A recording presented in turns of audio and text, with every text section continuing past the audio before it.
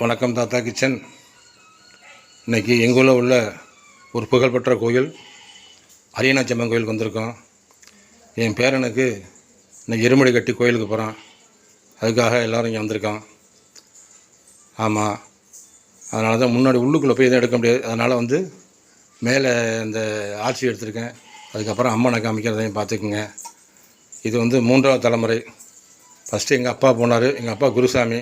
அதுக்கப்புறம் என் பையன் போனான். என் பையன் இந்த வருஷம் போகலை, என் பேரன் மட்டும் போகிறான். நான் முருகன் கோயிலுக்கு போட்டிருந்தேன். ஆமாம், இந்த நைட்டு கிளம்புறாப்புல.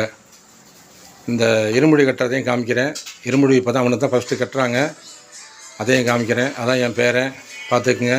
சேனல் பிடிச்சா லைக் பண்ணுங்கள், ஷேர் பண்ணுங்கள், என்னோடய சேனலுக்கு சப்போர்ட் பண்ணுங்கள்.